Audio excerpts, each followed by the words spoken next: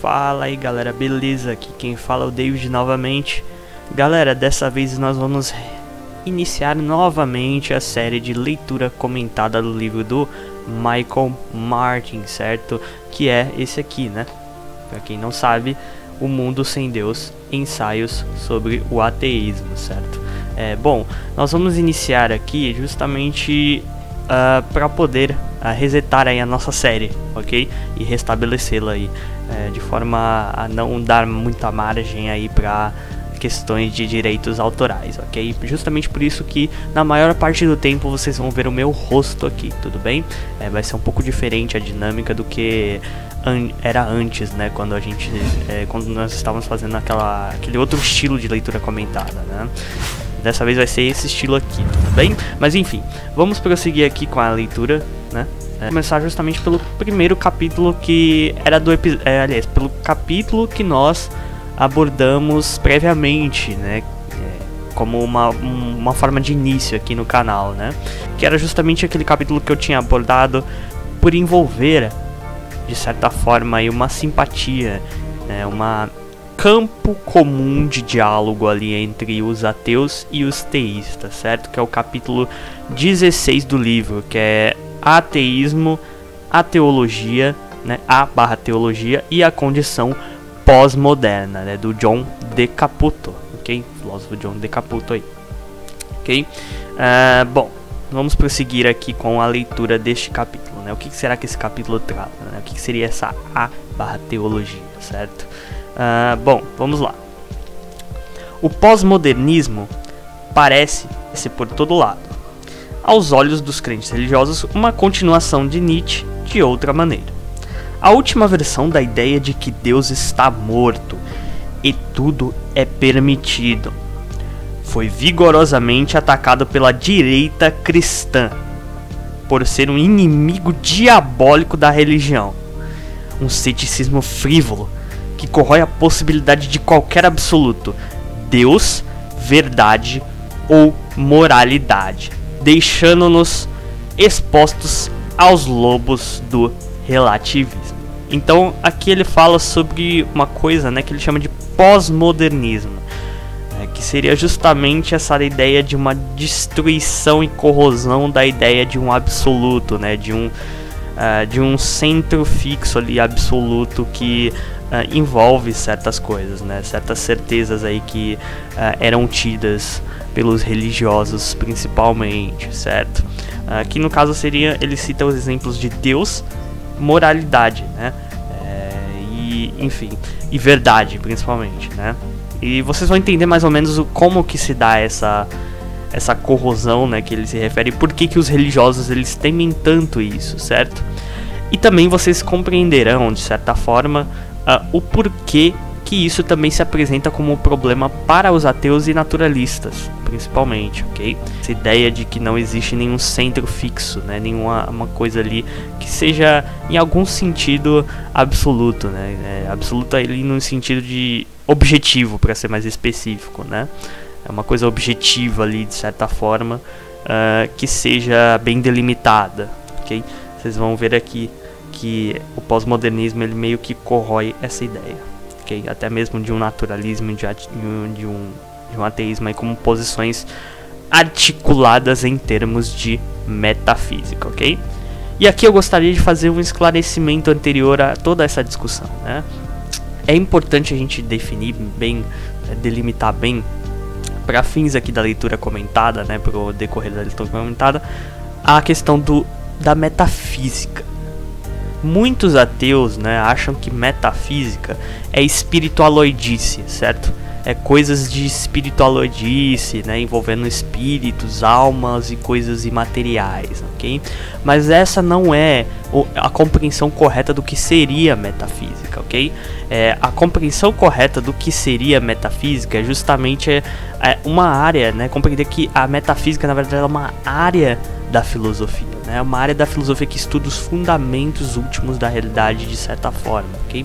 Ela investiga as coisas em suas instâncias mais fundamentais. E aí a gente pode dizer que dentro da metafísica existe a ontologia, que é a área mais profunda da metafísica, né? Que A metafísica, ela seria algo um pouco mais abrangente, né? Envolveria todas essas questões que são chamadas de ontológicas, né? E o que é a ontologia, né? A ontologia estuda as coisas enquanto elas são, né? Em suas instâncias ali mais fundamentais, de forma particular ali até, né?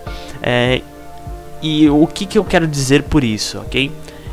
Eu quero dizer o seguinte, que na ontologia a gente se preocupa em demonstrar, em conhecer as coisas em suas instâncias mais elementares ali, de forma particular, ou seja, o que esse livro é em sua instância mais particular, certo? O que ele é ali em nível mais particular, né? Então isso daqui seria justamente isso, né? Quais são as características necessárias e suficientes que fazem esse livro ser um livro, certo? E como que isso se daria, né? Seria esse livro um particular, né, desse conceito mais abrangente de um livro, né?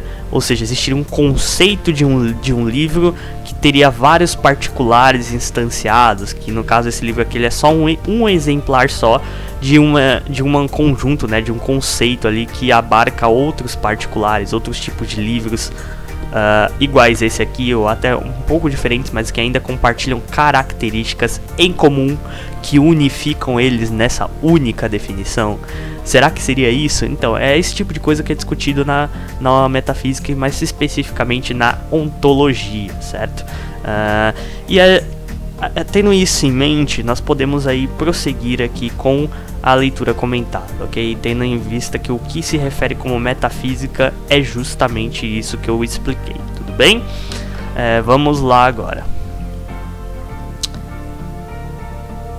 Quando Jean-François Lyotard descreveu o pós-modernismo como incredulidade perante as grandes narrativas, grandes assets, para dar um exemplo famoso, contrastou-o com os consolos da fé religiosa na divina providência, num Deus que mantém uma vigilância onipotente e onisciente sobre o mundo, tudo fazendo sabiamente e pelo melhor, o que é seguramente a mais grandiosa das grandes velhas narrativas. Pura e simplesmente já não acreditamos nesse gênero de coisa, pensa Lyotard. A velha fé tornou-se inacreditável, ok? Vamos prosseguir aqui. O que será que o Lyotard quer dizer com isso, né? Mas apesar de ser perfeitamente verdade que em algumas das suas encarnações o pós-modernismo torna difícil a vida dos crentes tradicionais, não é menos verdade que complica a vida do ateísmo moderno. E aqui vocês vão entender o porquê que o pós-modernismo ele complica também a visão dos ateus modernos, né? Que é uma visão aí que é alinhada com uma metafísica naturalista, né? Ou seja, uma visão de mundo que toma a realidade natural como a única existente, ou pelo menos que a realidade natural abarca tudo aquilo que envolve a realidade causal, né? De certa forma. Vamos lá. Pois, como afirma Jacques Derrida, temos de nos manter atentos aos preconceitos teológicos, não apenas na teologia, onde são abertos, mas também em toda a metafísica, mesmo quando professa ser ateia. Derrida acautela-nos, pois quanto aos teólogos da metafísica ateia, a teologia vai mais longe do que as escolas de teologia. Tem a ver com a própria ideia de um centro fixo. É por isso que, um exame mais detido, o pós-modernismo se revela, afinal, um ambiente que não é também particularmente propício para o ateísmo. Se for uma negação metafísica ou fixa e decisiva de qualquer outro modo de Deus, ou seja, se o ateísmo ele for compreendido nessas instâncias, né, de uma negação metafísica, ou seja, absoluta ali, no sentido de que não existe Deus na nossa realidade em nível mais fundamental, ali, né, nas instâncias últimas ali do universo, né, que não existe nenhum tipo de Deus na nossa realidade, em nenhum sentido possível ali.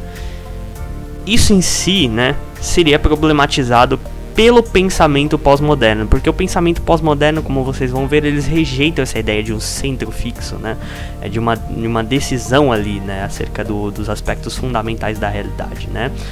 Ele, de certa forma, ele é uma mescla de coisas ali, né. Ele defende uma forma de pluralismo ali, de visões, né, e uma mistura de visões ali que vocês vão compreender já do que se trata e como que se dá isso de certa forma, ok? Vamos lá, vamos prosseguir aqui.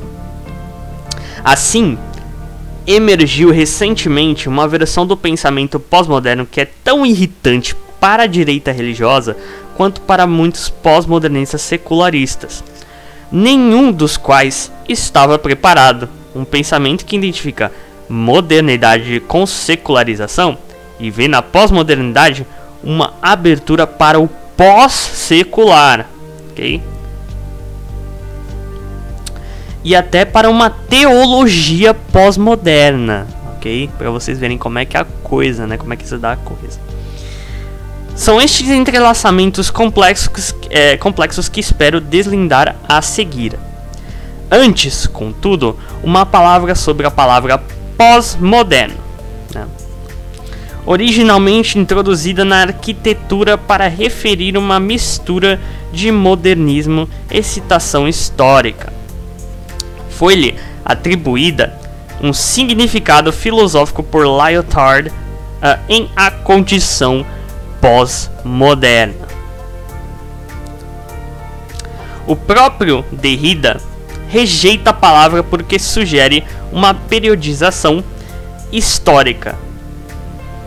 Histórica fácil e qualquer coisa anti-iluminista, em vez de ser um novo iluminismo, uma continuação diferente do iluminismo, ok? Em todo caso, a palavra afirmou-se, e apesar de podermos concordar que foi brutalizada pelo uso excessivo, podemos, para os propósitos deste estudo, localizar o seu conteúdo estritamente filosófico numa pleiade de 3 ideias. Vamos ver qual que é essa pleiade de 3 ideias que se encontram os conteúdos filosóficos da perspectiva pós-moderna, beleza? Vocês vão compreender aqui do que se trata, do que eu estava falando, certo? A primeira ideia é o seguinte: a afirmação do pluralismo radical e irredutível, o que Lyotard chama paganismo, né? Paganismo. 2. A rejeição de um esquema metafísico abrangente ou fundacional, ou seja, de uma fundação ali, né? Um aspecto que se fosse abrangente e fundacional ali, que tivesse uma fundação específica para todas as outras questões ali envolvendo a realidade, né? É o que, por exemplo, visa expor, né? Visa explicitar aí quem defende o naturalismo, né? Principalmente no âmbito metafísico, que seria a ideia de redução da realidade ao âmbito físico, né? O âmbito aí da realidade natural, de certa forma, ou então, né? Ou então, de certa forma, uma redução do âmbito causal, como sendo toda a realidade natural, né? Toda a realidade natural esgota a realidade causal, que Lyotard chama de monoteísmo e Derrida chama teologia, né? Ou seja, esse aspecto fundacional, né, o Derrida chama de teologia e o Lyotard, né, que é esse pensador, ele chama de monoteísmo, né? 3. Uma suspeição de categorias binárias, prestem bem atenção, fixas, que descrevem rigorosamente regiões separáveis, tipicamente característico do estruturalismo. Okay? A ideia de que existe uma estrutura ali, né, e que existem categorias binárias, né, ou é ou não é. Ou seja, no pensamento pós-moderno, os pensadores pós-modernos visam subverter essa binariedade, né? Eles visam ir além dessa binariedade, né? Eles visam destruir essa binariedade, de que existem essas categorias fixas de ser ou não ser, ou enfim, de algo existir ou não em si, entendeu? eles visam meio que destruir essa ideia, né, de fixação, né, de categorias fixas, para poder vir com uma ideia de algo que abarcasse ambos, né, de certa forma ali. Ou seja, eles rejeitam uma estrutura, né, a existência de uma estrutura fixa ali, no qual se dividem as coisas, né. Aí aqui, né, o próximo parágrafo. 1. Apesar de o historiador e filósofo americano da ciência Thomas Kuhn nada ter a ver pessoalmente com o movimento, a sua influente ideia de mudança científica como uma série de câmbios holistas entre paradigmas incomensuráveis que resistem a uma comparação 1 a 1 é muitíssimo propício ao modo pós-moderno de pensar. Isto surge no uso de Richard Rorty, no uso que Richard Rorty faz das ideias de Kuhn, o filósofo americano mais associado ao estilo pós-moderno de pensar. Do mesmo modo, a teoria de Wittgenstein deu um complexo irredutível de jogos de linguagem, que é também importante para Rorty, foi também adaptada por Lyotard. Em termos gerais, enquanto ideia filosófica, o pensamento pós-moderno francês e franco-americano corresponde ao que na Anglo-América se chama fundacionalismo. Aí 2. Hegel é sem dúvida para os pós-modernistas a grande manifestação da metafísica pós-moderna.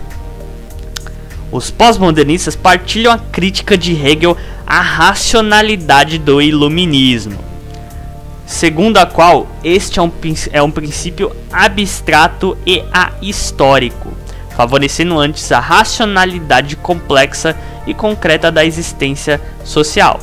E os pós-modernistas como Derrida ficaram suficientemente impressionados com Hegel para procurar maneiras de o ler contra a corrente, ou seja, contra essa ideia de uma metafísica absoluta ali, de certa forma, né? Que é algo que eles rechaçam. Mas acabam por ver a crítica de Hegel ao iluminismo como uma forma de o modernismo ser criticado por outro modernismo, ou seja, ainda assim mantém certas ideias das quais os pós-modernistas rejeitam, né? A ideia de uma afirmação, né, de um centro fixo, aliás, a ideia de um centro fixo, né, do estruturalismo, a ideia de uma rejeição do pluralismo, né, de certa forma, e a rejeição de um esquema metafísico abrangente, né? Aliás, a visão do Hegel é a ideia de uma fixação, né, de uma fundação ali, de certa forma, né? Ele envolve a ideia de uma fundação ali, uma metafísica, de certa forma, né? É algo que, enfim, não é muito bem visto aqui pelos pós-modernistas, né? Eles meio que queriam uma espécie de pós-metafísica, né? A gente pode chamar aqui de pós-metafísica, de certa forma. Acho que é adequado chamar dessa forma. Como Kierkegaard, e neste aspecto, este é o primeiro pós-moderno. Os pós-modernistas rejeitam a ideia de Hegel de conhecimento absoluto da história e da natureza como o desenrolar de um único princípio absoluto que se afirma ao longo do tempo e do espaço. De um ponto de vista epistemológico, os pós-modernistas são, como afirma Lyotard, incrédulos com respeito a tal metanarrativa abrangente, mas de um ponto de vista ético vem-na como obscena, dado estar implicada na procura de um qualquer gênero de justificação para Auschwitz, tomado tanto como a realidade histórica quanto como um emblema do genocídio, do mal impensável, né? Então, uma coisa que eu gostaria de comentar aqui sobre essa questão aqui é que aqui fica mais claro, né, que apesar deles endossarem, né, deles simpatizarem com certas críticas do Hegel, vocês percebem que eles meio que colocam o Hegel nesse mesmo balaio justamente por Hegel compartilhar de certas ideias fundamentais ali do pensamento moderno, né, desses filósofos modernos, né, da racionalidade do iluminismo moderno, né, que seria a ideia de um centro fixo ali, né, de algo absoluto que se dá ali de certa forma, que é manifesto através aí do desenrolar histórico, né. E aí eles também, né, tem um olhar meio que de obscenidade com relação a essa ideia de centro fixo, né? Se vocês pararem bem para pensar, né? Se vocês pararem para analisar, é algo interessante de você ver, né? Como eles rechaçam esse tipo de coisa, né? A ideia de um conhecimento ali preciso e absoluto sobre a realidade em algum nível. Aí 3. Na medida em que a metafísica hegeliana depende de uma lógica da oposição, de categorias que se contradizem e excluem mutuamente como ser e não ser, cuja reconciliação gera um movimento da lógica dialética, devir, os pensadores pós-modernos dedicaram-se a desgastar essas oposições binárias, ou seja, na medida em que o Hegel ele assume essa dialética, né, de ser e não ser, né, nas quais o movimento, né, se daria justamente da contradição entre essas duas coisas, né, eles se excluiriam mutuamente e fariam com que ocorresse algo, né, com que viesse um devir, por assim dizer. Os pós-modernos não, eles rejeitam essa ideia, né, justamente por envolver categorias binárias, né, aquelas categorias fixas, lembra que eu acabei de citar agora há pouco? É justamente isso, né? Eles rejeitam isso. Então, isso aqui pra eles, até mesmo no pensamento de Hegel, existe ainda uma ideia ali de absoluto, né? Existe a ideia de absoluto, apesar de algumas das críticas dele corroer a racionalidade do iluminismo, ainda assim ele se baseia nessas coisas, né? Nesses aspectos fundacionais, etc. Da realidade, né? Nessa metafísica, aí, por assim dizer. E é por isso que eles não veem com bons olhos essa coisa, ok? Mas vamos prosseguir aqui. Os pensadores dedicaram-se a desgastar essas posições binárias arrumadinhas, impedindo assim a lógica dialética de poder sequer começar a engrenar. Ou seja, se não tem essas categorias binárias, não tem ser e não ser, não tem coisas que se contradizem e dão um devir, entendeu? É isso que eles queriam mostrar ali, de certa forma, né, os pensadores pós-modernos, né? Eles queriam destruir, de certa forma, né, esse tipo de... Até mesmo não queria deixar margem nem para esse tipo de raciocínio, né? De raciocínio acerca da realidade. Esta estratégia foi avançada em 1962 por Gilles Deleuze, no seu livro Nietzsche. Nietzsche é o nome do livro, tá? Deleuze, vendo que uma simples oposição a Hegel favorece a dialética, que depende de uma lógica de oposição, formulou uma lógica da diferença. O seu modelo encontra-se na explicação da diferença linguística de Saussure. Os significantes funcionam precisamente em virtude da diferença discernível, o espaço ou jogo fônico ou gráfico entre significantes. Assim, as diferenças entre fino, sino, tino são discerníveis e significativas, mas não são binárias ou contraditórias, e não exigem nem inspiram qualquer reconciliação. Então ele vem justamente com essa lógica aqui nova, né? Ele tenta burlar essa questão da dialética, né? De você ter duas pessoas ali no embate de ideias opostas, justamente fornecendo uma nova compreensão da lógica, né? Que seria essa lógica da diferença, né? E aqui a gente vai entender melhor como é que funciona a coisa.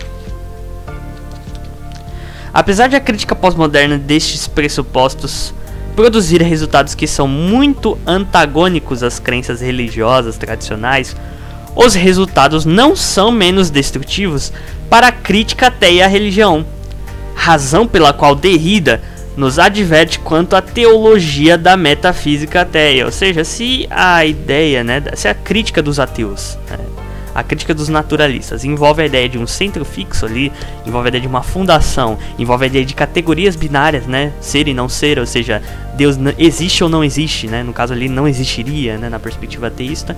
Então nesse caso aí ela cai no mesmo erro, né, ela cai nesse mesmo erro, e aí eles chamam isso de teologia ateia, né. Os pós-modernos, né, chamam de teologia ateia justamente por isso, porque envolve esse mesmo terreno em comum, de certa forma, né, que os teístas têm, né, que os sobrenaturalistas têm, que seria essas bases, né, de uma estrutura ali fixa e coisas desse tipo.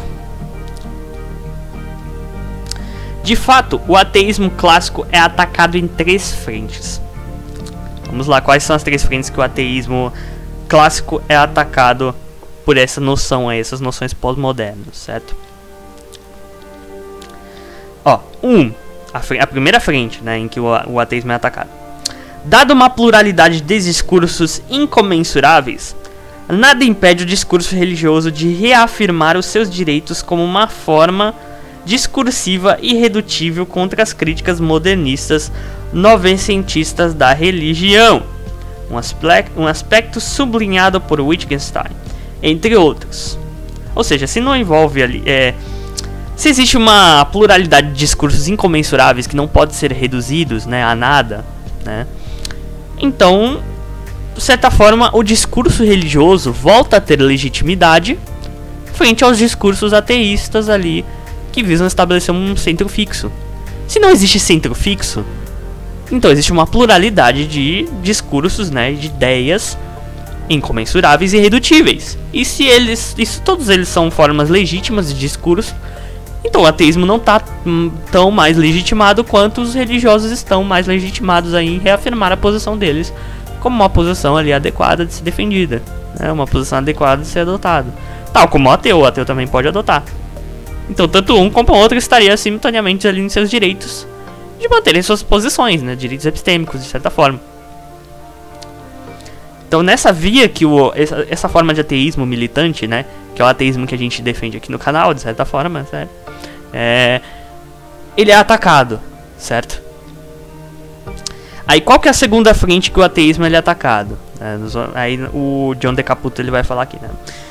Dada a morte das metanarrativas metafísicas abrangentes, tais como o naturalismo, né, de que a realidade é toda composta por coisas naturais, ou enfim, que a realidade causal esgota a realidade natural e coisas assim, ou que a realidade natural esgota a realidade causal, coisas desse tipo. Como essa ideia estaria morta, né, de acordo com os pós-modernistas, a dissolução ateia simples ou a redução dogmática da religião a uma grande ideia, como o suspiro dos oprimidos, em Marx, né, ou seja, a redução que Marx faz, né, como o suspiro dos oprimidos, uma fantasia psicótica, Freud, né, ou o ressentimento dos fracos contra os fortes, de Nietzsche, é puro excesso. Ou seja, nenhuma dessas metanarrativas, né, que você não conhece chamar de metanarrativas, de narrativas ali que estão acima de todas as outras, né,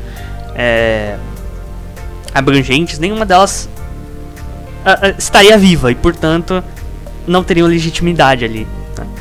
Aí, 3, né, é o terceiro ponto ali pelo qual os pós-modernos acabam por atacar o ateísmo moderno, né, o ateísmo clássico, enfim.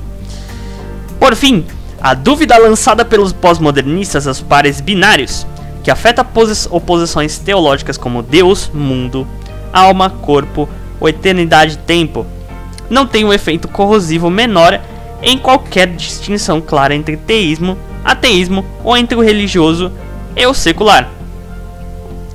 Então, se essa dúvida é lançada a esses pares binários, se esses pares binários não têm tanta legitimidade assim perante o pensamento pós-moderno, e esse pensamento pós-moderno ele consegue ilustrar isso, então toda essa dualidade, né, esses pares binários, né, essas oposições entre duas posições metafísicas, né, entre Deus e natural, né, e mundo natural, entre alma, né, alma aqui entendida como alma no sentido espiritual, e corpo, né, entendido como corpo físico, essas coisas elas não fariam sentido, né, de certa forma. Aí vamos lá. A jogada pós-moderna típica é feita no que Marx e Taylor chama de A/teologia. Por que A/teologia? Por que o John De Caputo coloca dessa forma? Justamente por isso. Porque destrói toda a distinção, né, toda a delimitação entre a teologia e a ateologia, né, ou seja, a ausência de teologia, de certa forma, né? A ausência de um Deus ou de um objeto de estudo que seria Deus, e portanto uma ateologia de fato, né? Ou seja, tanto a teologia quanto a ateologia ali, né, elas seriam aspectos ali abarcados pela A/teologia. ela meio que seria uma unificação das duas e ao mesmo tempo ela meio que superaria as duas em um certo nível, né? Por assim dizer. Algo que se situa na barra entre o teísmo e o ateísmo, né? Ou seja, a barra teologia, por quê? Porque é algo que se situa entre os dois. Ou seja, é o meio termo ali, né? É o centrão, né? A gente costuma dizer que isso é o centrão, né? O centrista. No espaço de indecidibilidade, antes de as coisas estarem definitivamente estabelecidas de uma maneira ou de outra, no meio em que se pode tomar qualquer dessas decisões. Daí o dilema do teísmo barra ateísmo no contexto pós-moderno. A modernidade é marcada por um sentido estrito de fronteiras. As rigorosas discriminações das 3 críticas de Kant são exemplares neste aspecto no que diz respeito à modernidade, no qual a fé religiosa é isolada como algo subjetivo, não objetivo e privado, não público, e finalmente reduzida a algo irracional ou destituído de valor cognitivo, cujo efeito é resumido na noção de secularização. O desencantamento do mundo, na expressão de Max Weber. Mas a perspectiva pós-moderna das coisas consiste em desconfiar de tais fronteiras nítidas. Então até essa redução, né? Essa redução que os modernos, né, os filósofos, os pensadores modernos e, enfim, outras pessoas na modernidade fazem, né? Outros pensadores aí irreligiosos na modernidade fazem, seria ilegítimo perante esse olhar dos pós-modernos, ok? Justamente porque seria essa redução, ok?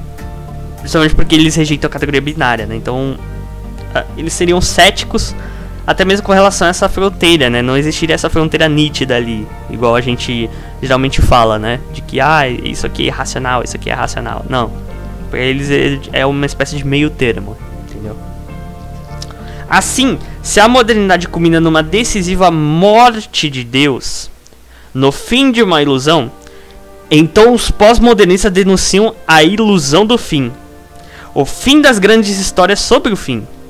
A morte da morte de Deus. Ou seja, se na modernidade, né, existe a ideia de morte de Deus, né, de que Deus morreu,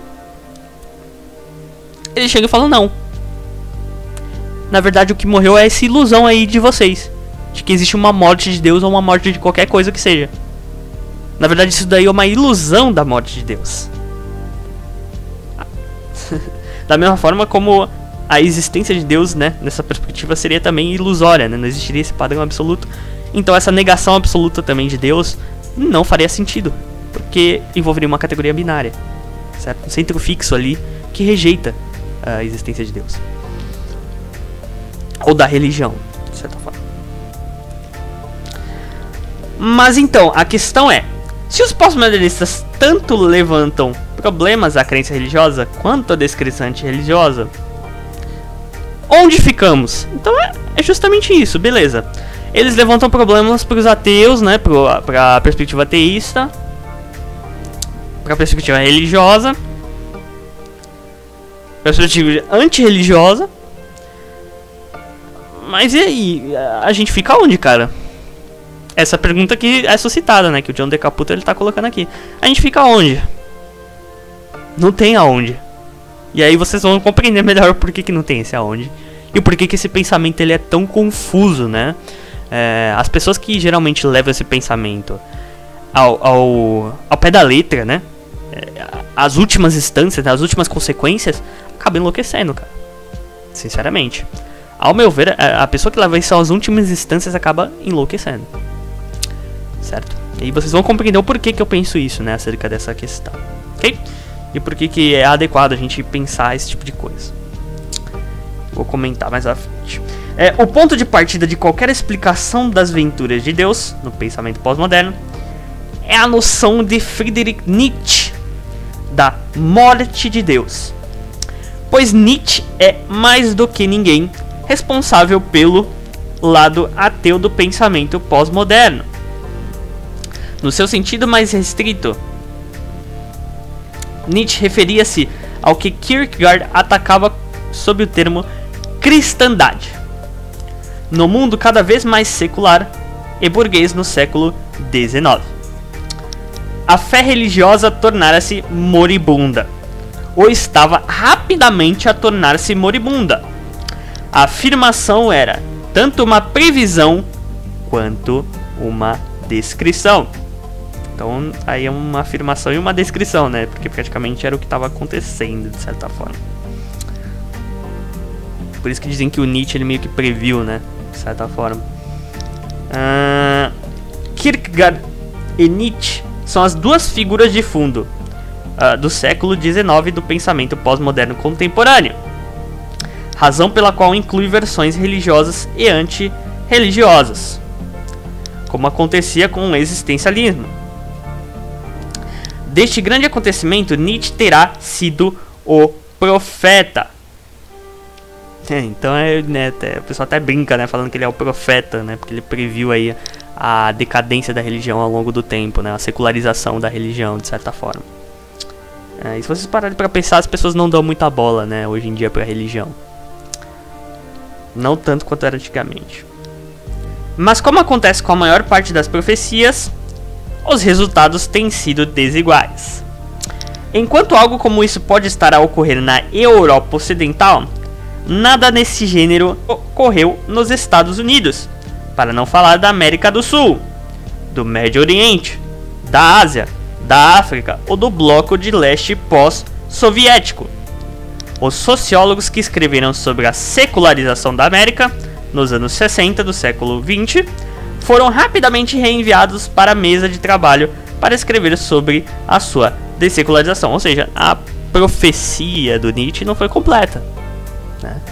E aí a gente pode até brincar, né? Porque profecias, por isso que profecias elas são complicadas, né? Porque por um lado elas acabam se cumprindo pelo fato de serem genéricas, mas por outro, né, elas acabam tendo lacunas, né, por assim dizer. Elas não são totalmente precisas, né, justamente por serem genéricas essas previsões. E aí vocês podem ver que a secularização da América, né, ela meio que deu uma revertida, né, de certa forma, como é dito aqui pelo Jon Caputo.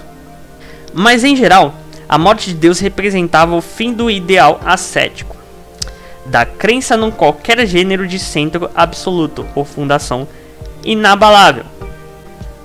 Este ideal inclui não apenas a teologia, mas também a metafísica, e não apenas a metafísica, mas também a física, que é também uma interpretação. Então vocês veem que tipo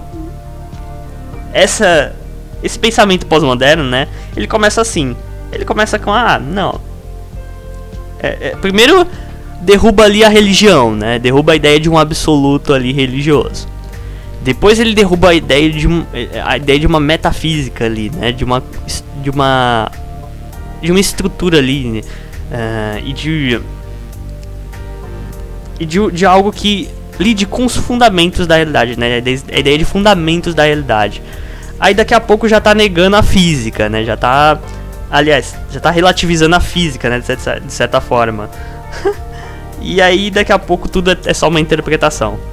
O Jon Caputo ele praticamente está dizendo isso aqui, né? Essa progressão no raciocínio do pós-moderno, né, da galera pós-moderna. E vamos lá. E até a gramática. Não nos veremos livres de Deus enquanto não nos virmos livres da gramática. Certo? Era isso que Derrida queria dizer quando falou da teologia da metafísica ateia, que depende da ideia teológica, né, de um centro absoluto, né, ou seja, a ideia de um centro fixo ali, de uma negação absoluta ali de Deus, né? Deus não existe, né? A ideia de Deus não existe ali, ok? Então, de certa forma, a ideia, né, da tese metafísica, né, de inexistência de deuses, né, que seria uma forma mais forte aí, né, de perspectiva forte de ateísmo, que seria alinhado com o naturalismo, ainda assim envolveria essa ideia de centro absoluto, né, de centro fixo ali, em um certo nível. E isso, para que a teologia ela seja massacrada, isso também deve ser massacrado, de acordo com o raciocínio dos pós-modernos. Ainda que o centro seja a física ou a gramática. sendo que ambas estão sob a ameaça de um absolutismo teológico ligeiramente disfarçado. Certamente que esta muito nietzschiana crítica de Deus, da teologia metafísica, oferece uma abertura à religião pós-metafísica. O que seria essa religião pós-metafísica? Pois ao negar o conhecimento metafísico, Nietzsche, como Kant, inevitavelmente abre espaço à fé, em lugar de algo absoluto e a priori. O próprio Nietzsche colocou uma espécie de fé animal em ficções, hipóteses, que produzimos para promover e intensificar a vida, para empurrar a força de vida. Conatus essendi, a vontade de poder, né? Que seria aquele conceito que o Nietzsche traz, né? A vontade de poder. A alturas sempre novas. Cada coisa tem a sua própria vontade ou força local, a sua perspectiva. E o mundo é uma multiplicidade de perspectivas rivais. As ideias não têm verdade, mas valor. Isto é, uma eficácia na medida pela sua capacidade para intensificar a vida. A ideia de Deus é uma perspectiva gasta, uma ideia que foi vital, desempenhou o papel no disciplinar da vontade, mas que se voltou para o interior, tornando-se destrutiva, má consciência, negando a vida, almejando a morte e outro mundo para lá do conflito do tempo e da corporeidade. Então essas são as noções que o Nietzsche traz, né, de certa forma. Aqui ele está descrevendo praticamente as noções que o Nietzsche traz aí, e é por isso que ele é tido como, em certo sentido, o pensador pós-moderno, ok? Na medida em que não reconhecermos que a ideia platônica e cristã de Deus é uma perspectiva decadente, um valor que perdeu o valor, reinará o niilismo, a desvalorização de todos os valores, ok? A receita de Nietzsche é um niilismo ativo, a destruição ativa de quem prega a morte, para permitir a afirmação alegre do devir e da vida corpórea face à sua própria mutabilidade. Nietzsche é de fato um ateu energético, é um profeta da morte de Deus. Se com isso queremos dizer o Deus de Paulo e de Agostinho, de Lutero e de Calvino, que são expressões mórbidas da morte e da decomposição. Mas como perspectivista, não é um ateu quanto aos deuses da mitologia grega e romana, ou mesmo de um tribal Jeová guerreiro, que são para ele outras tantas ficções saudáveis, maneiras que os poetas antigos inventaram de honrar a terra e de agradecer pela vida. Na verdade, todo o pensamento de Nietzsche é representado simbolicamente sob o nome de um deus, Dionísio, a quem ele opõe o crucificado. Então você percebe que ali que ele tem uma noção, né, que aqui o John Caput chama de perspectivista, né, por assim dizer. Então ele não rejeita de forma absoluta ali, se você parar pra analisar, ele não rejeita de forma fixa ali, ele não advoga por uma forma de naturalismo, coisa desse tipo, Nietzsche, certo? Tem muitas pessoas, né, muitos ateus que leem Nietzsche acham que Nietzsche era ateu em um sentido mais, enfim, mais estrito, por assim dizer. Não propriamente, ok? E quem não sabe disso, por favor, né, é necessário pesquisar mais. O ponto principal de Nietzsche acerca de Deus, da gramática e do ideal ascético pode ser visto na filosofia de Gilles Deleuze, do puro devir, do plano da imanência. Quando dizemos está a chover, não nos deixamos seduzir pela gramática, postulando um sujeito da ação.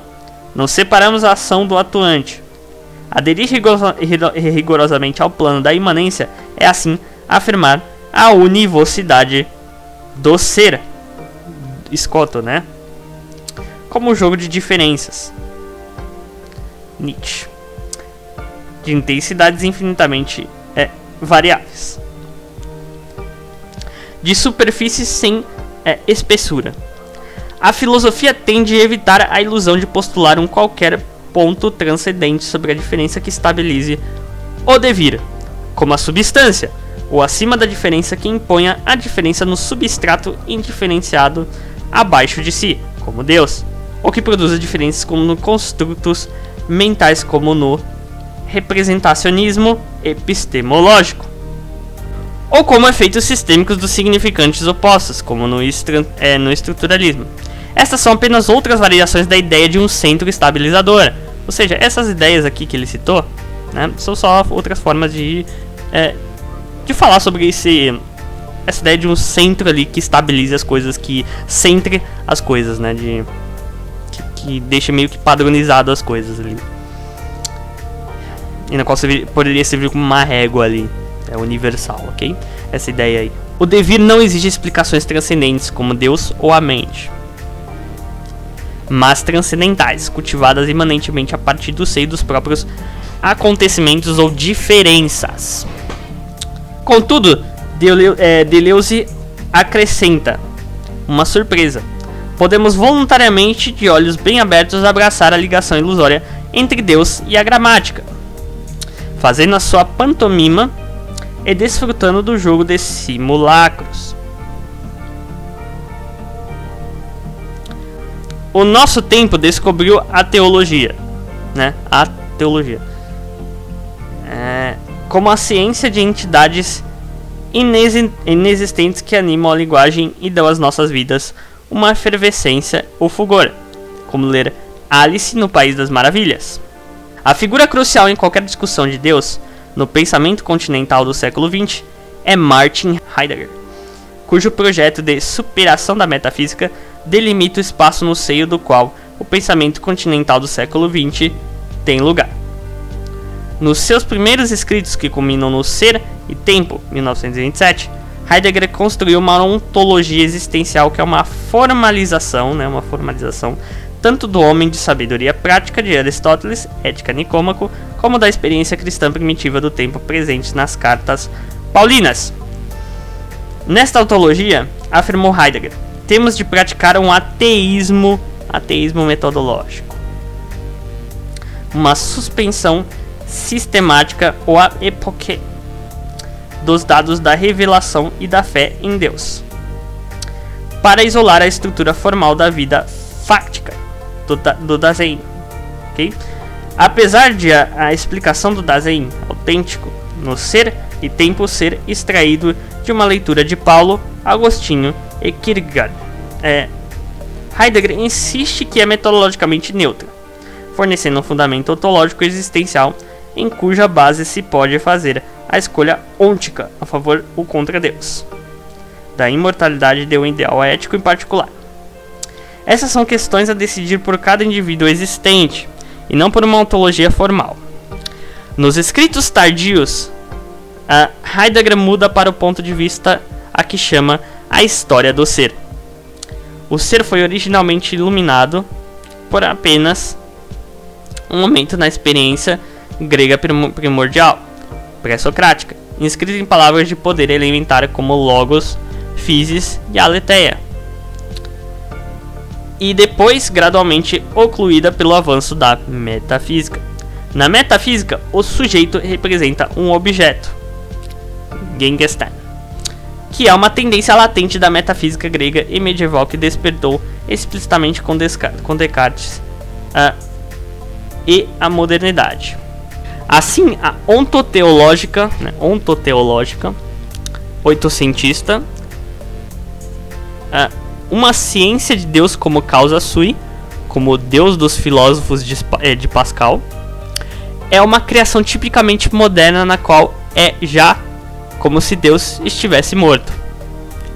A metafísica é finalmente posta à solta em toda a sua fúria na essência da tecnologia contemporânea, na qual o mundo e o próprio ser humano se tornaram a matéria-prima para a dominação tecnológica da Terra.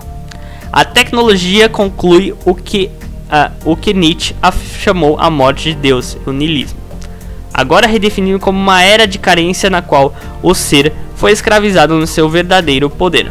A este estado de depressão e oblívio extremos opõe Heidegger a possibilidade de outro começar, por se caracterizada em termos de um novo advento do sagrado e dos deuses, de modo que um ateísmo sobre o Deus da ontoteológica metafísica está de fato mais perto do Deus verdadeiramente divino, que Heidegger entende que é um habitar como mortais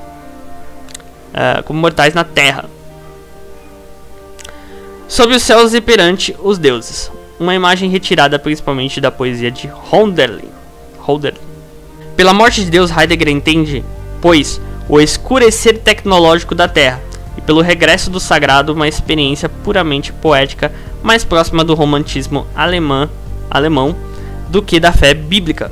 Quanto ao Deus das escrituras judaicas e cristãs, poder-se-ia observar um ateísmo perfeito se o quiséssemos, declarando que este Deus é parte integrante da história do oblívio metafísico, como fazem os heideggerianos seculares.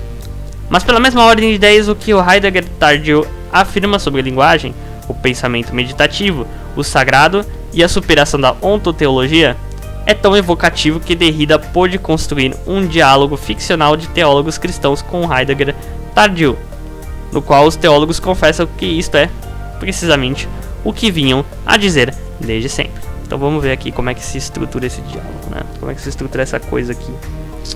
O mais energético crítico de Heidegger é Emmanuel Levinas, cujo pensamento se simboliza em torno de uma cerrada crítica da ontologia, cujos representantes paradigmáticos são Hegel e Heidegger. A crítica de Levinas é formulada contra Heidegger numa linguagem que tem uma ressonância de tal modo inconfundivelmente bíblica que fez Dominique Janical protestar contra a viragem teológica que provocou na fenomenologia francesa. Por ontologia, Levinas entende um pensamento que permanece encavilhado no ser, encarcerado no seio das categorias do ser, de um modo quase claustrofóbico, contra o que Levinas aponta a necessidade de evasão, pensando que é outro além do ser. Ser significa a ordem brutal da realidade, o modo como as coisas se fazem no mundo, paganismo, né, que é o que Lyotard chamava de paganismo. Aquilo a que Levinas e Nietzsche, seguindo Spinoza, chamaram o conatus essendi. Mas o que é o outro além do ser? É o bem, é pequenas, ousias. Apesar de não se tratar de modo algum do sentido estritamente platônico de uma estrutura metafísica transcendente eterna no mundo para lá deste mundo, com respeito ao qual Levinas é tão ateu quanto Nietzsche. Por bem, Levinas quer dizer algo bastante mais kantiano do que platônico. O dever e não ser, mas tudo isso é desenvolvido num tom marcadamente bíblico, porque Deus esconde o seu rosto de nós. Voltamos-nos para o rosto do próximo, marcado pelo rastro do Deus ausente, que é totalmente outro. Ora, o que gera perplexidade em Levinas é quão próximo o seu pensamento está do que se poderia chamar uma teologia da morte de Deus. Como a crítica iluminista da religião levada a cabo por Kant, Levinas pensa que a religião é ética e o resto é superstição. Deus nada mais é senão o mandamento que nos manda para o próximo. Voltar-se para Deus é voltar-se para o próximo. Deus é a lei, a ordem moral das coisas, um tipo de ordinance, mas não um ser fora do tempo e do espaço para que Deus não fique contaminado pelo ser. Deus é um imperativo emitido das profundezas do rosto do próximo, mas Deus não é o ser em si, nenhum qualquer gênero de ser ou pessoa superior para lá das pessoas e seres que encontramos na realidade, ser. O nosso ser dirigido a Deus, é o nosso ser regressado ao próximo, e isso é todo o Deus que há. Deus ordena, mas não existe. Quanto ao ser supremo e distinto da teologia clássica, Levinas, o recurso mais teológico dos pensadores modernos, não é menos ateu do que Nietzsche. o recurso menos teológico dos pensadores pós-modernos. Vocês podem ver, né, como é que são as coisas aqui, né? Eu acho que ficou mais do que claro aí, né, como é que está toda a situação. É interessante a gente compreender esses raciocínios, até mesmo para discordar, né? As coisas não ficam certamente menos complicadas com Jacques Derrida, que parece claramente um judeu secularizado e um intelectual de esquerda que considera a religião uma neurose, e que diz em si mesmo que é justamente considerado um ateu. Mas é em Derrida, mais do que em qualquer outra figura pós-moderna, que a indecidibilidade entre teísmo e ateísmo é mais intensa, e a distinção mais porosa é instável, ou seja, Derrida que vem com essa noção de distinção de forma mais forte, né? Uma tese avançada de forma um pouco mais profunda aí, é o Derrida, Jacques Derrida. Pois Derrida afirma que reza o tempo todo, fala da sua fé no puro messiânico e de uma religião sem religião, e acrescenta que apesar de ser justamente considerado ateu, não tem maneira de saber se o é realmente. Então aqui, cara, é importante a gente parar um pouquinho aqui para meditar sobre essa coisa aqui, né? Vocês percebem que existe uma confusão no pensamento, né? Esse tipo de linha de raciocínio, né, que não advoga por nenhum centro fixo, uma tese metafísica ali, fundacional, ela gera esse tipo de coisa, certo? Então você vê aqui o Derrida afirmando que reza o tempo todo, fala da sua fé, né, no puro messiânico, fala de uma religião sem religião, né, que não faz sentido nenhum, e acrescenta que apesar de ser justamente considerado ateu, né, ele acrescenta aqui, não tem maneira de saber se ele é realmente ou não. Então ele nem sabe o que ele é. Por quê? Porque não tem o ser das coisas. Não tem.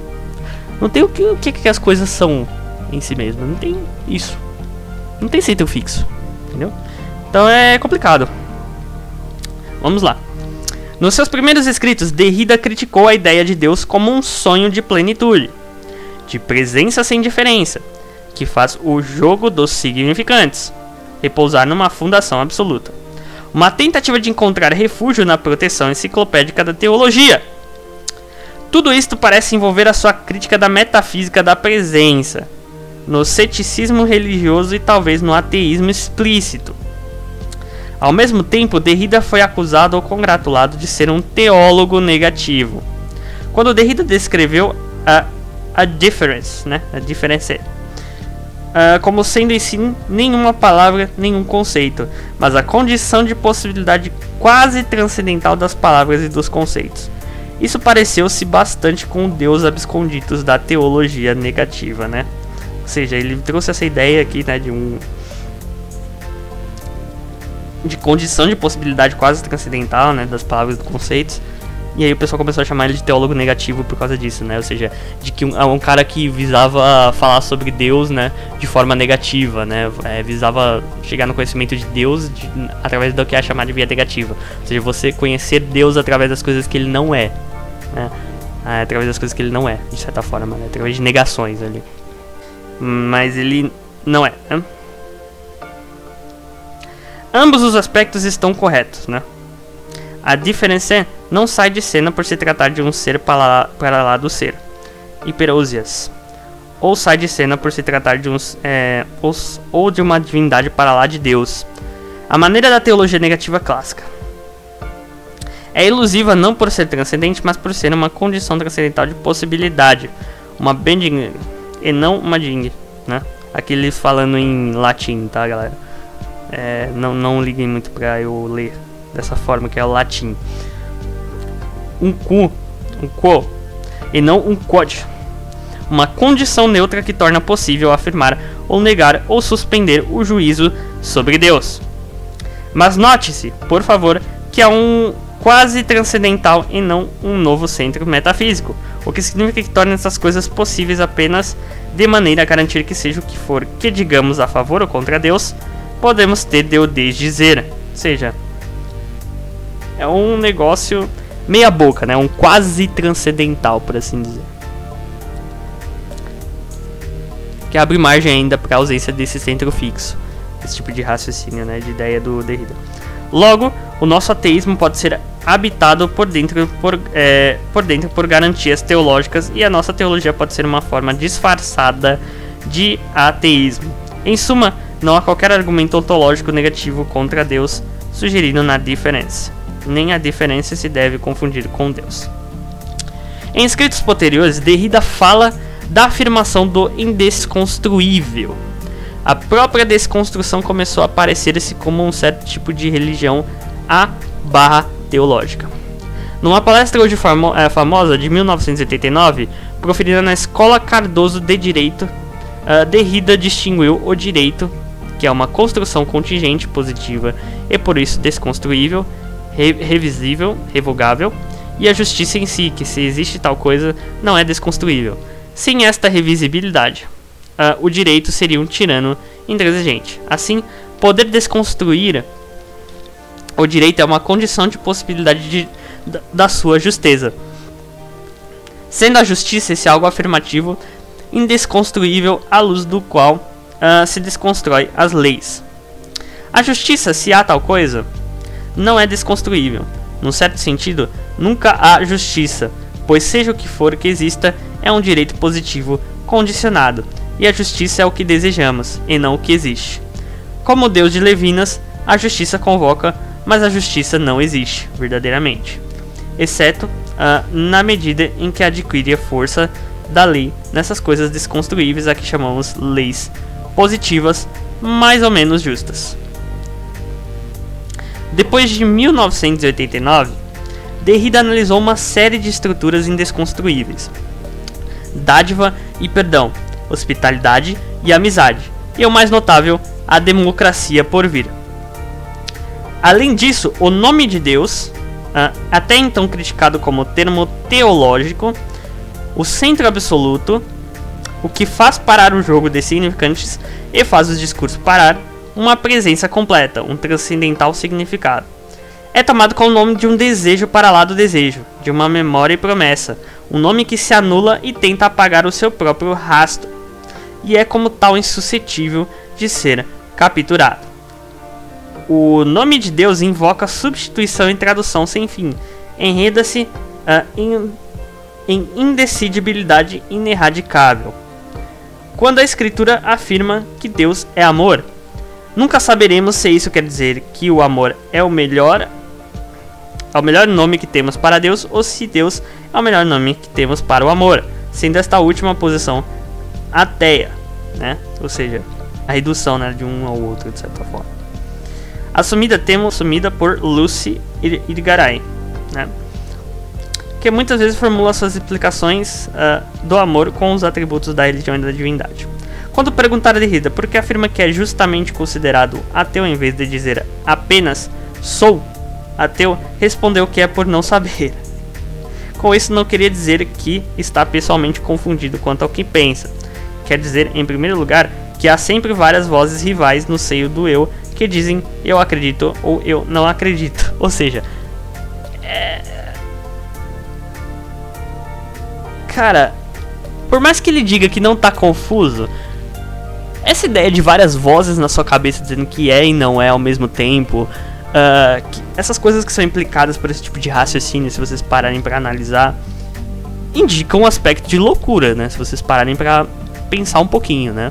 Se vocês pararem pra pensar um pouquinho, é meio bizarro, né?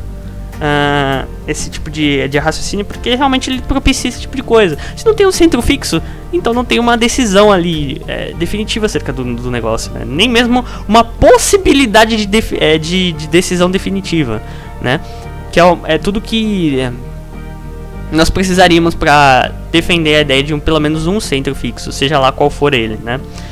Aí a gente poderia discutir as razões pelas quais um centro seria o fixo ou não, né? Seria o sobrenaturalismo, o naturalismo, o teísmo ou ateísmo. E é por isso que o pós-modernismo ele é destrutível, tanto para o ateísmo quanto para o teísmo, ok? Então, nesse sentido, sejam vocês que estão me assistindo, se vocês são ateus ou teístas, vocês estão, de certa forma, né? Nós estamos aí, de certa forma, no mesmo barco com relação aos pós-modernos. ok? Rejeitar esse tipo de raciocínio é algo fundamental para que a gente possa ter esse contexto de discussões e a gente possa avançar nas teses e nas ideias, né? Enfim, no contexto dialético aí, né? De oposição de ideias.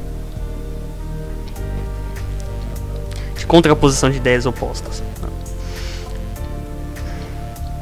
Algumas das quais são inconscientes, de modo que nunca alcançamos esse tipo de identidade própria e transparência de si exigidas por uma simples asserção egológica. Nunca sabemos até que ponto a nossa crença ou descrença é uma forma disfarçada do seu oposto ou de uma terceira coisa. Ou seja, olha as dúvidas que é jogado na sua cabeça de certa forma, né? Mas para lá desse aspecto de questionamento de si, Derrida queria dizer que o objeto da afirmação radical, ou indesconstruível, está sujeito a uma flutuação indecidível e a um futuro aberto. Uma certa promessa / ameaça em virtude da qual não temos maneira de monitorizar a verdadeira distância entre um ateu, que afirma a justiça por vir, e um crente religioso, que afirma o advento de uma era messiânica. Ou seja, de acordo com a perspectiva dos pós-modernos, tanto o ateu quanto o teísta estariam no mesmo barco teológico. Se vocês forem numa discussão de internet, né, se vocês forem em alguns fóruns aí de internet, vocês provavelmente vão encontrar pessoas que têm esse tipo de raciocínio pós-moderno, né? É por isso que a gente chama essa galera de pós-moderna, porque eles adotam esse tipo de linha de raciocínio do Derrida, enfim, desse pessoal, né? Do Deleuze. E é por isso que esse tipo de raciocínio ele é nocivo, ok? Para o progresso do nosso conhecimento, de certa forma também, né? Se você parar para pensar. Mas enfim, vamos lá.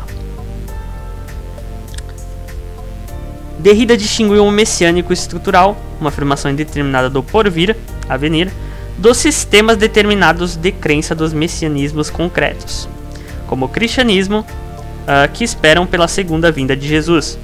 O messiânico estrutural está inscrito na desconstrução como a afirmação do indesconstruível, que dá à desconstrução a estrutura formal de uma certa religião sem religião, concreta confessional. A distinção operativa na desconstrução, consequentemente, não é entre teísmo e ateísmo, mas entre objetos determinados e indeterminados de afirmação, sendo as palavras teísmo ou ateísmo demasiado simplistas para descrever o que se passa.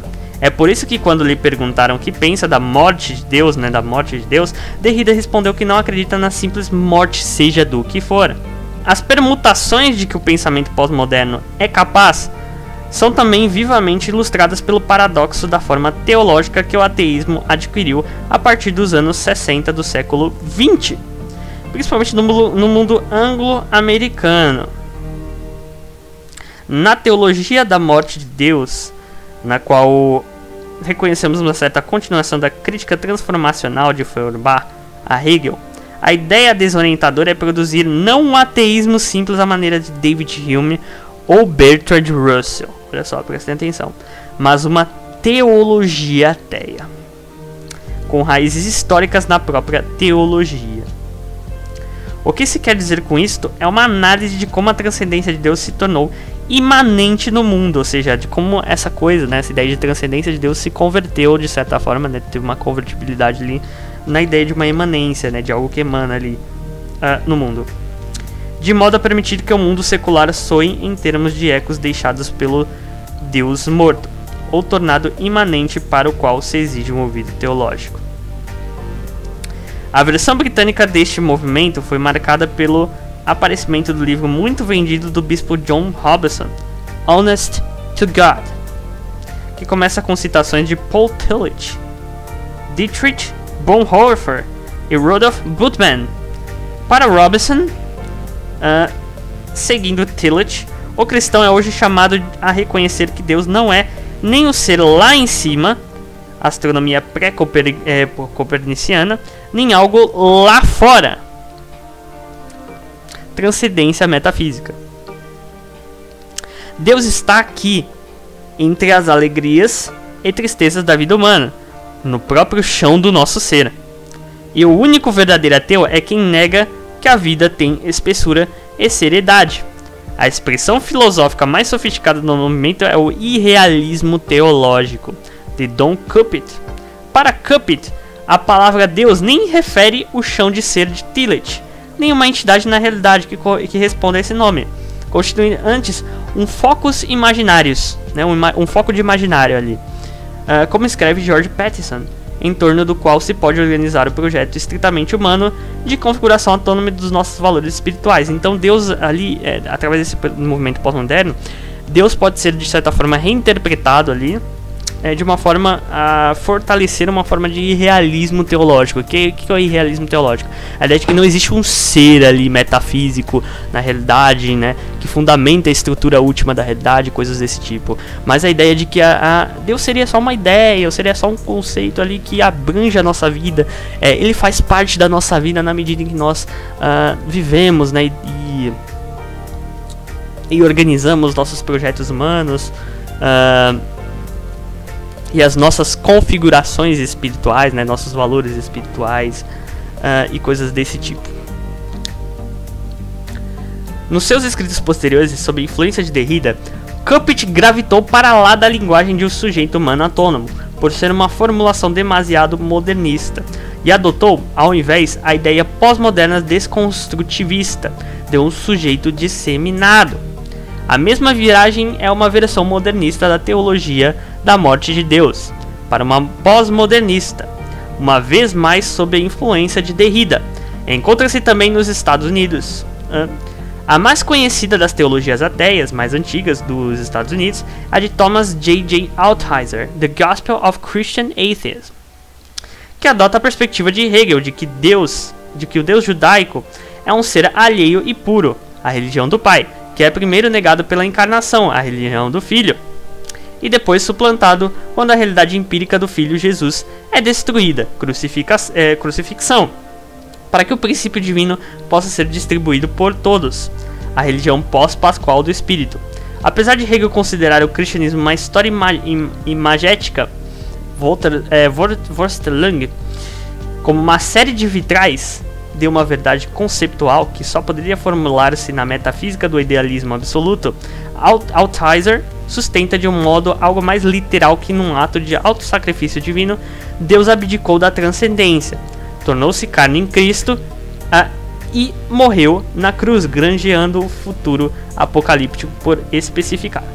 O que é desconcertante é Altizer rejeitar igualmente a explicação hegeliana de que o cristianismo é apenas uma história imagética, que precisa ser desmitologizada pela filosofia e as distinções introduzidas pela teologia ortodoxa de que o Filho sofreu a morte na sua natureza humana, mas não na divina. A posição de Altizer foi criticada e trabalhada por Mark C. Taylor, à luz da desconstrução. Taylor argumentou que Altizer estava a fornecer outra versão da metafísica da presença, um sistema dialético de presença-ausência, no qual tudo está ou simplesmente morto ou vivo, simplesmente ausente ou presente, no qual a morte total é o preço da presença total. Em Airing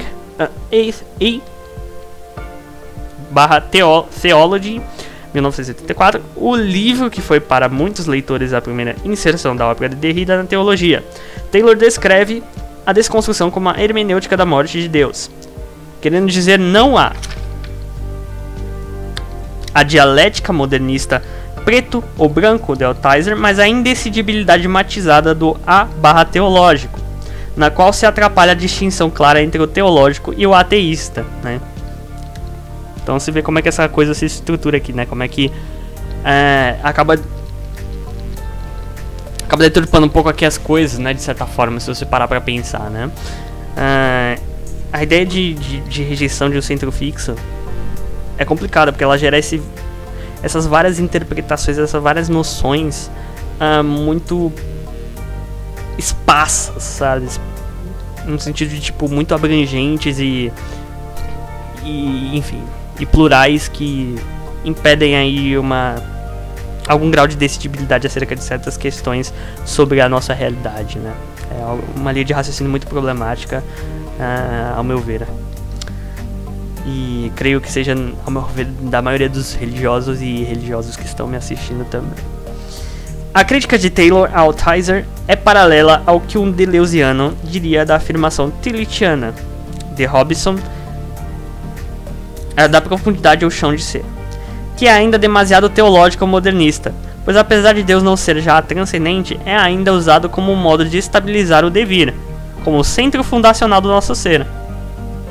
Então aqui é uma discussão entre vários pensadores, né, que às vezes são considerados pós-modernos, sobre essa questão, né, de existir esse chão fundacional ou não, né, e da rejeição deles dessas coisas, e de como certas visões consideradas pós-modernistas ainda assim poderia conter ali um elemento de fundação ali da realidade, de certa forma.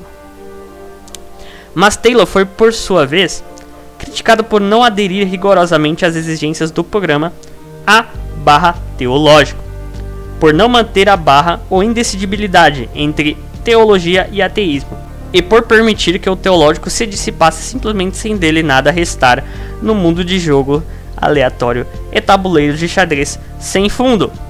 Taylor escreveu depois criativamente sobre arte, arquitetura e a revolução das tecnologias da informação, sobretudo, ao que parece, menos religião, dado que, segundo a sua tese, a religião está presente onde não o está, e consequentemente foi cada vez menos lido por pessoas interessadas na religião, onde ela efetivamente está presente.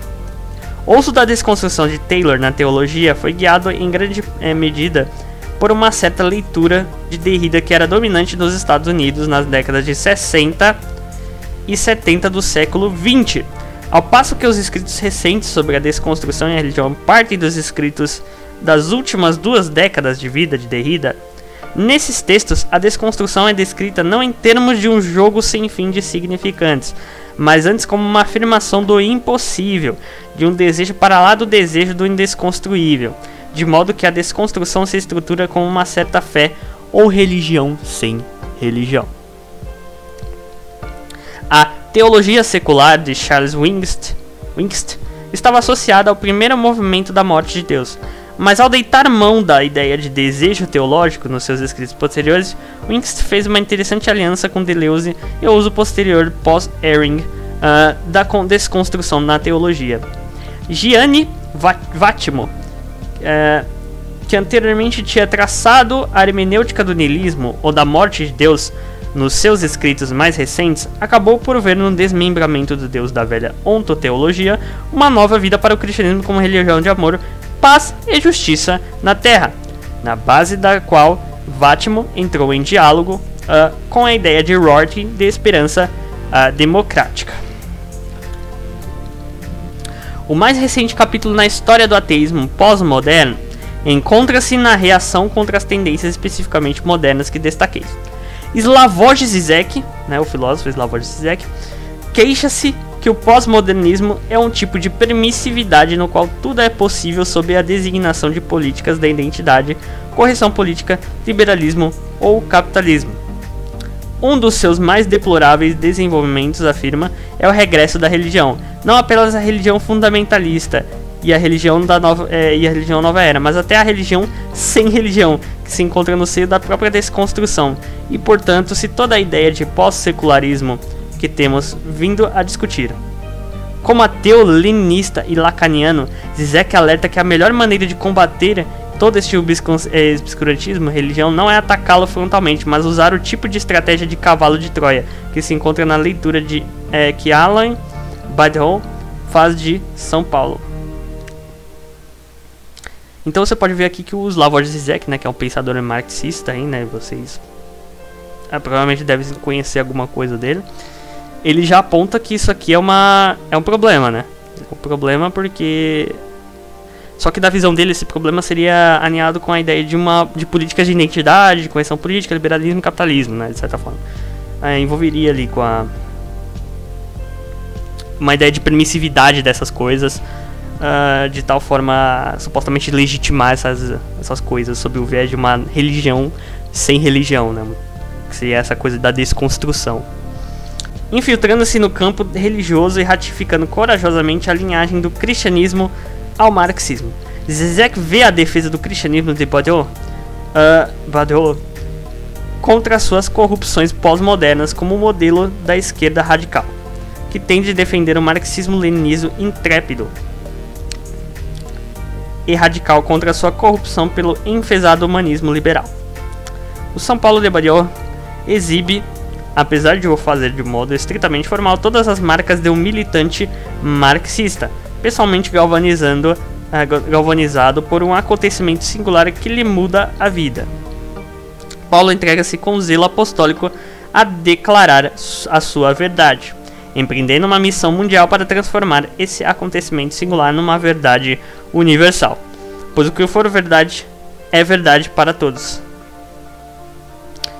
Grego ou judeu, senhor ou escravo, homem ou mulher.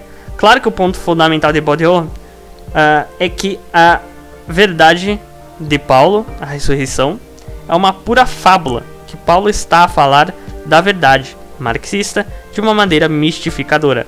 Na sua própria obra, Zizek dialoga com a ortodoxia cristã, tanto a antiga de G.K. Chesterton, como a mais recente ortodoxia radical, de John Milbank. A ortodoxia militante cristã é muitíssimo preferível à indecidibilidade, como a substância é preferível à escuma, a verdade firmemente afirmada ao relativismo histórico, a verdadeira fé à mandrice cética. Como em Hegel e Feuerbach, o cristianismo é a genuína verdade, mas em forma mitológica, precisando apenas de clarificar a sua cabeça com algumas sessões no sofá com Lacan e um discurso encetador de Lenin sobre a necessidade de ser duro, e com essa ajuda o mito teísta pode ser desmitologizado em verdade social concreta. Mas apesar de serem críticos do pós-modernismo e da desconstrução, Badiou e Zizek não opõem em causa a tese pós-modernista de que a religião e o ateísmo comunicam entre si e partilham uma forma de vida comum. Tomada em termos estritamente filosóficos, o pós-modernismo é uma tentativa persistente de deslocar uma oposição categorial fixa entre teísmo e ateísmo, ou seja, de driblar essa oposição categorial, de romper com essas categorias, né, de certa forma, de causar problemas tanto à fé religiosa tradicional quanto ao ateísmo moderno, certo? Os pós-modernistas identificam as maneiras como estes opostos dependem de uma estrutura comum e exploram a possibilidade de uma certa região ou mesmo uma afirmação que seja indiferente às diferenças entre o teísta e o ateísta, ou entre o religioso e o secular. Se críticos como Zizek pensam que isto resulta de uma recusa anêmica de tomar decisões, pensadores como Derrida parecem inspirados por uma espécie de ignorância culta, crendo que não estamos pré-configurados como a qualquer veridicidade metafísica, hesitando em nome da paz, antes de fazer declarações determinadas e militantes de crença ou descrença. Ou seja, é o centrão, né, fio? É o centrão, a carinha que corta pros dois lados, né? Tá cá e tá lá, entendeu? Tá no meiozinho ali, não sabe o que é da vida, entendeu? A motivação destes pensadores, penso, é uma esperança ou suspeita de que possa haver outra possibilidade. Ou talvez, né? O talvez que aí é complicado, né? Esse talvez. Algo teológico, né? Que seria justamente isso. O talvez, ao invés do ateísmo ou a teologia, né? É uma teologia, né? Comporta os dois, de certa forma, né? Na perspectiva desses pensadores pós-modernos. Subjacente a esta dicotomia, ou para lá dela, um futuro ocluso que hoje está escondido de todos nós. Bom, enfim. Essa aqui, pessoal, foi a leitura comentada do capítulo 16, né, do John de Caputo. Espero que vocês tenham gostado, ok? Nos vemos no próximo episódio da leitura comentada, ok? O próximo episódio provavelmente deve lançar a cada semana, né? Cada semana provavelmente vai lançar um episódio novo. Por enquanto eu vou refazer os episódios que eu já tinha feito, agora com o meu rosto, certo? E as imagens. E aí depois que terminar a leitura comentada em si, né? Que terminar alguns dos capítulos importantes. Eu não vou ler tudo, tá, galera? Vou ler só alguns capítulos que eu julgo mais relevantes no contexto da discussão. Nós prosseguimos aí com a leitura comentada de um outro livro, beleza? Agradeço aí quem ficou até o final. Muito obrigado, né? Curtam aí o vídeo, compartilhem nas suas redes sociais. Considerem ajudar financeiramente também o nosso trabalho aqui, certo? Isso aqui dá um trabalhão, né? A edição, as coisas. Espero que vocês tenham gostado muito, que vocês tenham aprendido bastante. Continua se aperfeiçoando sempre, beleza? Agradeço aí vocês. Valeu, falou e até o próximo episódio.